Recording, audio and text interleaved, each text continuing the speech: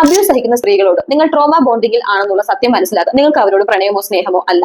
നിങ്ങളെ മനസ്സിലാക്കാത്ത, നിങ്ങളുടെ ലൈഫിൽ സംഭവിച്ചിട്ടുള്ള ഏതെങ്കിലും ഒരു ചെറിയ മിസ്റ്റേക്ക് വെച്ച് നിത്യേന നിങ്ങൾ ഉപദ്രവിക്കുന്നവർ നിത്യേന നിങ്ങളോട് ചെയ്യുന്ന ഉപദ്രവമാണ് എന്നുള്ള സത്യം മനസ്സിലാക്കുക. ഒരു പക്ഷേ ഒറ്റയ്ക്ക് നിങ്ങൾക്ക് ഒരിക്കലും ട്രോമ ബോണ്ടിങ്ങിൽ നിന്ന് തിരിച്ചു വരാൻ സാധിക്കില്ലായിരിക്കാം. പക്ഷേ ഒരു പ്രൊഫഷണലിന്റെ ഹെൽപ്പോട് കൂടി നിങ്ങൾക്ക് ഉറപ്പായിട്ടും ഇതിൽ നിന്ന് പുറത്തു വരാൻ സാധിക്കും. നിങ്ങൾക്ക് ഒരു കൗൺസിലിംഗ് എടുക്കാൻ നിങ്ങളെ സഹായിക്കാത്ത, അല്ലെങ്കിൽ നിങ്ങളെ തടസ്സപ്പെടുത്തുന്ന എന്തുതരം സ്റ്റിഗ്മയായാലും അതിനേക്കാൾ വലുതാണ് നിങ്ങളുടെ ജീവനും ജീവിതവും എന്ന് മനസ്സിലാക്കുക.